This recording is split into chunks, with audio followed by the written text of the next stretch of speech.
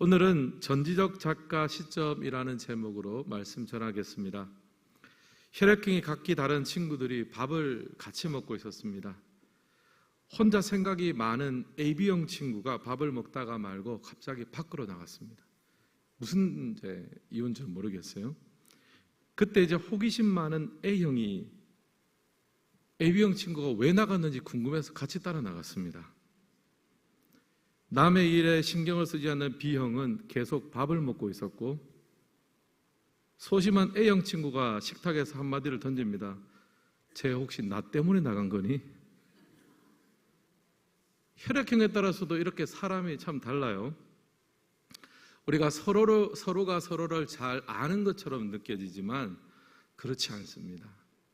기질에 따라서 혈액형 그뿐이겠습니까?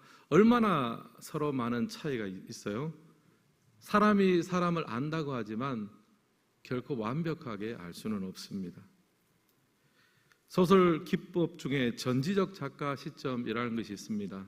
작가가 그야말로 전지적인 신처럼 소설 내 모든 것을 다 알면서 기술하는 거예요. 등장인물의 성격과 배경과 비밀과 숨겨진 모든 것들을 다 압니다. 전지적 시점에서 스토리를 풀어가는 것입니다. 과거와 현재, 미래, 제약 없이 모든 것들을 다 압니다. 이것이 이제 전지적 작가 시점입니다. 우리 사람들에게는 어림도 없는 영역이죠. 우리는 전지적 작가 시점으로 사는 것이 아니라 1인칭 시점으로 살아갑니다. 내가 보고, 내가 느끼고, 내가 경험한 것으로 삽니다. 그 말은 내가 보지 못하고, 내가 느끼지 못하고, 내가 경험하지 못한 것은 모른다는 얘기예요. 그 말은 아는 것보다는 모르는 것이 훨씬 많다. 굉장히 한계가 많은 인생입니다. 또 우리가 안다고 해도 왜곡돼서 잘못 알거나 또 제대로 안다고 해도 해석과 적용을 잘못한 경우도 많습니다. 그래서 우리 인생은요, 실수가 많고 오류도 많습니다. 오늘 이거 말씀을 보면 욥과 친구들의 제2라운드가 벌어집니다. 첫 번째 상대는 엘리바스입니다. 엘리바스는 링에 오르자마자 욥을 공격하기 시작합니다.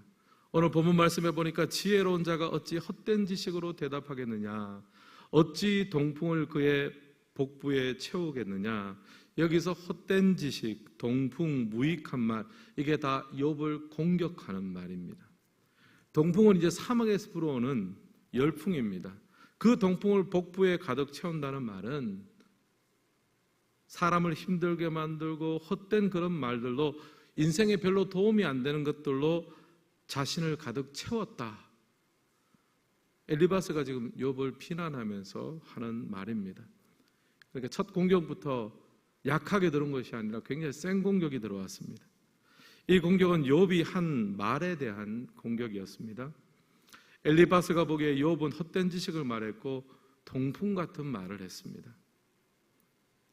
이 대화를 공격의 빌미로 삼았습니다. 여러분, 원래 대화라는 것은요, 이야기하는 사람과 듣는 사람 간에 오고 가는 것이잖아요. 대화를 통해서 서로 상황을 알고 또 이해합니다. 또 내가 모르는 것이 있으면 배우기도 합니다. 또 새로운 것을 배웠다면 그 배운 것을 가지고 내 자신에게 적용해서 나를 바꾸기도 합니다. 이게 이제 대화의 힘이죠. 지식의 교환을 넘어서 존재를 변혁하는 것, 이게 바로 대화의 능력입니다. 그런데 엘리바스가 욥과 나눈 대화에는 이런 요소가 전혀 없습니다. 욥에 대한 이해나 경청도 없고요, 또 욥을 통해서 배운 그 내용을 가지고 내가 변하거나 나를 바꾼다는 것, 그것은 전혀 없습니다. 그냥 욥과 짧은 대화를 가지고 욥을 바꾸려고 하고 욥을 뭔가 고치려고 하고, 특별히 욥의 상황과 또 감정과 마음을 이해하려고 애쓰지는 않습니다. 영어로 보면 이해하다라는 단어는 understand입니다. 단어를 한번 보면요, under이라는 것은 아래에라는 뜻이고요, stand는 서다입니다. 그러니까 이해한다는 것은요, 단순하게 상대의 겉모습을 아는 것이 아닙니다. 상대방의 아래에서 그 바닥을 보면서 상대방의 상황과 맥락과 감정을 보면서, 그리고 그 드러난 말과 행동을 이해하는 거예요. 맥락이 있는 이해가 바로 understand입니다. 이런 이해가 대화의 전제가 됩니다. 이런 측면에서 본다면 엘리바스의 대화는 대화가 아닙니다. understand가 아니라 아래에 서 있는 것이 아니라 위에 서 있는 거죠. 위에 서서 표면적으로 이해하고 표면적으로 파악한 것을 이제 욥에 그대로 이입시켜서 욥을 판단합니다. 우리가 생각을 해보면 하나님께서도 하늘 보좌를 버리시고 이 땅으로 내려오셨습니다. 우리를 understand 하신 거죠. 인간의 연약함을 체험하시고 뿌리 깊게 이해하시기 위해서 이 땅 가운데 내려오셨습니다. 이것이 소통이죠. 이것이 대화입니다. 예수님도 우리를 understand, 이해하셨는데 하물며 우리야 다른 사람들을 대할 때 동일한 모습이 되어야 되지 않겠습니까? 여러분, 이런 기준으로 우리의 대화를 한번 살펴보시길 바랍니다. 순전히 내 생각, 내 기준, 내 관점에서 상대방을 표면적으로 이해하고 판단하고 있지는 않습니까? 아니면 상대방의 상황과 배경과 감정을 충분히 공감하고 충분히 이해하고 난 다음에 이해하십니까? understand를 하십니까? 나중에요, 엘리바스는 심지어 이런 말까지 했어요. 9절 말씀인데 우리 같이 한번 읽겠습니다. 내가 아는 것을 우리가 알지 못하는 것이 무엇이냐? 내가 깨달은 것을 우리가 소유하지 못한 것이 무엇이냐? 아멘. 엘리바스가 한 말인데요, 욥이 이때까지 했는 말 중에 너가 한 말 중에 내가 모르는 게 뭐냐? 다 한다는 거예요. 욥, 네가 이때까지 했던 말, 네가 깨달은 거 나도 다 알고 나도 다 깨달았다. 네가 하는 것은 내가 다 안다. 마치 전지적 작가 시점처럼 결국 이런 말을 하는 거예요. 인간은 결국 죄인이고 내가 당한 재난 역시 죄를 심판하시는 하나님의 역사의 일부다. 내가 다 안다는 거죠. 그러니까 조용하게 내 말을 듣고 나한테 좀 배워라. 언더스탠드를 하는 것이 아니라 자기 기준, 자기 관점으로 욥을 윽박지르고 있습니다. 이런 태도가 욥에게는 큰 상처가 되었습니다. 진 에드워드라는 기독교 저술가가 있습니다. 이 사람이 여러 리더십에 대한 책을 많이 썼는데 그 중에 이제 아주 재미난 책을 썼습니다. 뭐냐 하면 크리스천에게 못 박히다. 기독교인들이 서로 간에 상처를 주고받는 것을 서로가 서로를 못 박는다라고 본 거예요. 근데 누구에게 못 박힙니까? 크리스천에게 못 박히다. 믿는 사람이 서로에게 서로를 상처를 주고 서로 못 박는다는 거예요. 또 교회사를 보면요, 이런 케이스도 많습니다. 여러 순교자들 보면 존 후스, 위클리프, 제롬 이런 순교자들은요, 이교도한테 핍박받고 못 박힌 게 아니에요. 죽은 것이 아닙니다. 같은 신앙을 고백하는 사람들에 의해서 핍박을 받고 고난을 당하고 죽은 거죠. 크리스천에 의해서 못 박혔습니다. 욥도 마찬가지죠. 욥이 지금 세상 사람들에게 고통을 받는 것이 아닙니다. 하나님을 믿는 같은 신앙을 가진 친한 친구들에 의해서 못 박힌 거죠. 같은 신앙을 가진 사람들에 의해서 비난을 받고 정죄를 받고 판단을 받았습니다. 깊은 상처를 받았습니다. 욥의 친구들을 보십시오. 욥에게 말합니다. 네가 아는 건 나도 다 안다. 조용히 회개나 해라. 내게 찾아온 재난은 까닭없는 재난이 아니라 하나님의 심판이다. 내가 다 아니까 너는 회개하고 내 말을 잘 들어. 이거는 전지적 시점일 뿐 아니라 욥의 입장에서는 폭력이었습니다.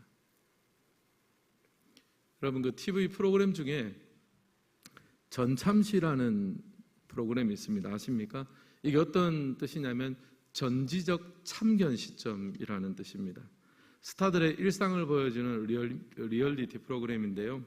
근데 스타들의 일상을 보여주는데 스타 입장에서 보여주는 게 아니에요. 누구 입장이냐면 매니저 입장입니다. 스타 입장에서 보여주는 것은 우리가 잘 알죠. 준비된 것을 보여주는데 매니저 입장에서 그 스타 옆에서 밀착해서 스타가 밥을 먹고 어떤 행사를 하고 이런 것들을 옆에서 비춰주니까요, 스타의 새로운 면모가 드러나는 거죠. 일종의 이제 전지적 시점인 거죠. 다른 모습, 보지 못하던 것들을 보게 합니다. 그래서 재미가 있는 것 같아요. 또 한편 생각해 보면 스타에 대해서 제대로 알 수 있을까 싶기도 합니다. 왜냐하면 본인 이야기가 빠진 다른 사람 이야기만 하니까 실제로 그 사람이 가진 고민이나 어떤 그 스타의 어떤 실제적인 얘기는 또 놓쳐버리는 부분도 많지 않은가, 그런 생각을 합니다. 지금 욥의 친구 엘리바스는요, 일종의 욥에 대한 전참시를 찍고 있습니다. 다 안다는 거죠. 근데 욥은 부정해요. 나는 그거 아닌데, 옆에서 내가 다 안다는 거예요.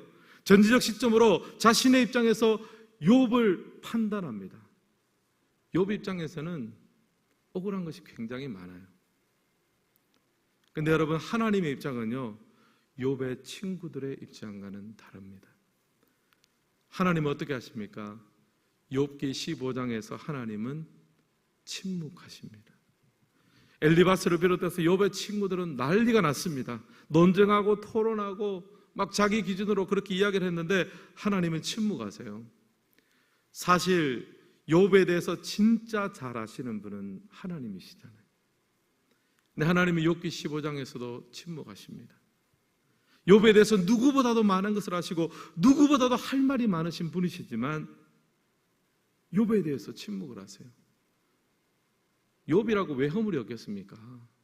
하려고 하면, 말하려고 하면 많죠. 하지만 15장에서는 하나님은 침묵하십니다. 묵묵히 욥의 눈물과 원망과 신음을 들어주십니다. 어쩌면 욥을 언더스탠드하는 시간, 욥의 눈물을 닦아주고 그 때로는 원망도 들어주시고, 다른 사람들은 그냥 원망 조금만 들으면 왜 그랬냐 저랬냐 막 이렇게 하는데 하나님은 침묵하세요. 울도록 두십니다.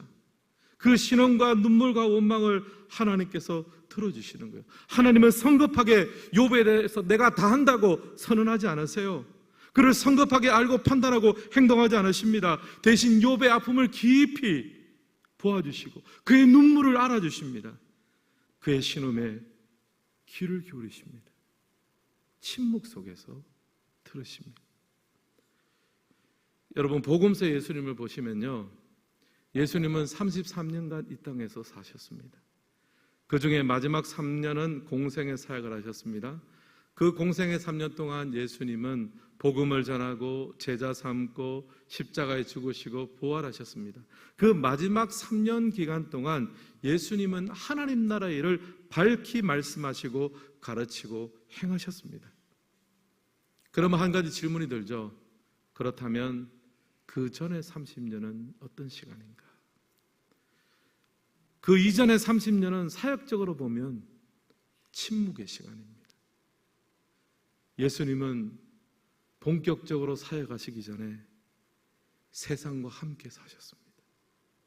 그 30년의 기간 동안 인간의 약함, 인간의 부족함을 채울하시고 인간의 눈물과 아픔을 함께 경험하시고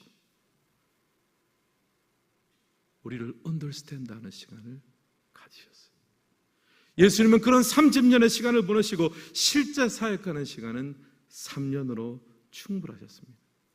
여러분, 예수님의 이 비유를 보십시오. 세상과 인간을 언더스탠드하고 경험하고 채우라는 시간이 10이라면 말하고 판단하고 행동하는 시간은 1입니다. 비율이 어떻게 됩니까? 10대 1이에요. 사랑하는 성도 여러분, 오늘 우리의 비율은 어떠합니까?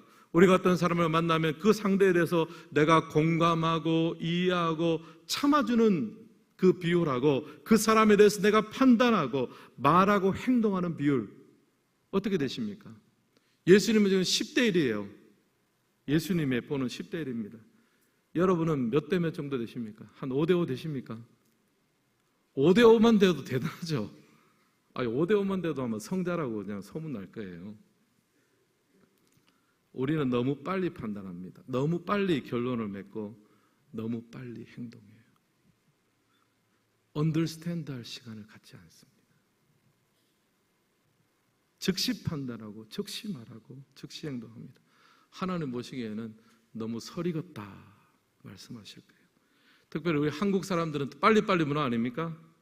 인내, 기다림 이런 거 굉장히 익숙하지 않습니다.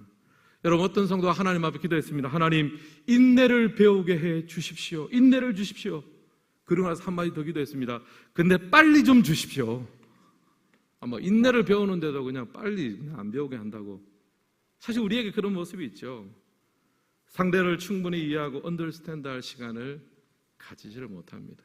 만약 여러분 예수님이 30년 동안 인간과 세상을 경험하고 체험하는 시간을 가지지 못했다고 생각해 보십시오. 제가 논리적인 비약일 수는 있지만 십자가 지는 사건이 없을 수도 있는 거예요. 심판과 정죄로 끝날 수도 있는 겁니다. 그 30년 동안 우리를 깊이 체험하시고 인생의 약함을 아시고 그 눈물을 아시고 그 아쉬움을 아시는 그 30년의 시간이 있었기 때문에 마지막 3년 기간 동안 십자가와 부활, 승천의 사건이 가치가 있는 거죠. 또 사도 바울은요, 이런 내용에 대해서 우리에게 좀 구체적인 적용점을 줍니다. 사도 바울은 빌립보서에서 다른 사람을 대할 때 너희는 좀 이렇게 대해라. 근데 그 말을 구체적으로 적용적으로 우리에게 던져줍니다. 빌립보서 2장 3절 같이 한번 읽겠습니다. 아무 일이든지 다툼이나 허용으로 하지 말고 오직 겸손한 마음으로 각각 자기보다 남을 낮게 여기고. 아멘. 여기 보면 겸손한 마음으로 자기보다 남을 낮게 여기라라고 합니다. 상대를 나보다 낮게 여기지 않는 것을 무엇이라고 하면 여기서는 허용이라고 합니다. 내가 저 사람보다는 그래도 좀 나은 부분이 있지. 그게 뭐라고요? 허용이라는 거예요. 그게 허용이래요. 하나님 보시기에는 다 거기서 거긴데, 그놈이 그놈인데 내가 그래도 저 사람보다는 내가 좀 낫지. 그게 허용이고, 허용을 가진 사람은 뭐라 한다고요? 다툼을 일으킨다는 거예요. 대신에 무엇을 하라고요? 나보다 남을 낮게 여기고. 이 사람이 피스메이커가 되는 거예요. 허용이 가득 찬 두 사람이 붙으면 싸움이 나고요. 나보다 남을 낮게 여기는 이 피스메이커가 있는 공동체는요, 화평이 생기는 거예요. 엘리바스는요, 자기가 그래도 욥보다는 낫다고 생각했습니다. 네가 아는 것은 내가 다 안다는 거예요. 네가 깨달은 것 내가 다 깨달았다는 거예요. 그게 뭡니까? 허용입니다. 그 허용이 욥을 십자가에 못 박는 거잖아요. 그 허용이 오늘 내 옆에 있는 사람의 상처를 주는 것이고, 그 허용이 내 옆에 있는 사람들을 아프게 만들고 힘들게 만듭니다. 사랑하는 성도 여러분, 오늘 우리 자신을 돌아보기를 원합니다. 여러분, 나보다 남을 낮게 여기고 있습니까? 아니면 그래도 내가 그 사람보다는 좀 낫다 싶습니까? 정확하게 말씀드립니다. 꿈을 깨십시오. 허용입니다. 그 마음을 가지고 있으면요, 다툼 외에는 방법이 없는 거예요. 여러분, 그리고 하나님 앞에서 10대 1의 비율을 한번 지켜보시길 바랍니다. 예수님 보내잖아요. 그 사람에 대해서 언더스탠드하는 시간을 먼저 10을 가지십시오. 그 다음에 1만큼을 대화하고 말하고 행동하는데 사용하십시오. 이 비율이 잘 지켜진다면 하나님이 허락하시는 우리의 공동체는 우리의 가정과 교회 모든 삶의 자리에서 허용이 아니라, 분쟁이 아니라 화평과 하나님의 은혜가 우리들 가운데 흘러올 줄을 주님의 이름으로 간절히 소망합니다. 최근에 한 후배 목사님과 이야기를 나누었습니다. 이분이 이제 한 교회 담임 목회로 한 지가 한 10년이 넘는 분입니다. 나이로는 후배지만 이제 목회로는 선배 목사님이죠. 근데 이분이 교회 부임해 갔을 때 그 교회가 굉장히 싸우는 교회였습니다. 엄청나게 싸우는 교회였습니다. 담임 목사 공석이 된 지도 오래됐고 재정 상황도 안 좋아서 아무도 그 교회를 안 가려고 그랬습니다. 근데 이분이 이제 순수한 마음에 붙들려 갔어요. 처음 갔을 때 이제 혼잣말로 그러더라고. 우리 교회 참 이상해. 그렇다 교회를 욕하거나 그러지는 않아요. 내가 보니까 그 사람이 그 정도 얘기하면 진짜 이상한 교회였을 것 같아요. 근데 최근에 고백하더라고요. 처음에는 이상한 교회였는데 지금은 행복한 교회가 되었습니다. 그 목사님이 얼마나 수고하고 있었는지 눈에 선하더라고요. 그래서 제가 축복해 주었습니다. 복 있는 사람이 가는 곳마다 복 있는 땅이 된다. 그리고 행복해서 행복한 것이 아니라 행복을 만들어내는 사람이 가니까 행복할 수 있습니다. 사는 성도 여러분, 하나님께서는 우리에게 허락하신 자리에서 많은 인간관계가 있습니다. 욥과 욥의 친구들을 보십시오. 원래는 굉장히 아름답고 행복한 인간관계였습니다. 그런데 여러분, 어느 순간 이 10대 1의 비율을 어기고 나니까 전지적 작가의 시점으로 다른 사람들을 바라보기 시작하니까 그 화평의 자리가 깨어지기 시작했습니다. 나보다 남을 낮게 여기지 않고 하나님의 일하심을 바라보지 못하니까 바로 그 자리가 분쟁의 자리가 되기 시작했습니다. 여러분, 우리 말씀을 붙들고 하나님 앞에 기도했으면 좋겠습니다. 하나님, 오늘 내가 겸손의 자리로 나아가기를 원합니다. 하나님, 내가 욥을 십자가에 못 박아서 죽이는 욥의 친구들이 아니라 내 자신을 십자가에 못 박고 내 옆에 있는 욥을 살리는 예수 그리스도의 마음을 갖게 하여 주시옵소서. 하나님, 그 은혜와 능력으로 살게 하시고 때로는 침묵 속에 들으며 상대를 진심으로 언더스탠드 하는데 우리의 온 마음을 쏟게 하시고 그 마음 속에서 섬기기 위함으로 유익한 마음으로 한두 마디 말과 행동을 할 때 바로 그 자리에 분쟁이 아니라 화평과 능력과 하나님의 나라가 우리 가운데 임하는데 우리를 사용하여 주시옵소서. 그렇게 기도하고 응답받는 우리 모두가 되시기를 주님의 이름으로 축원합니다.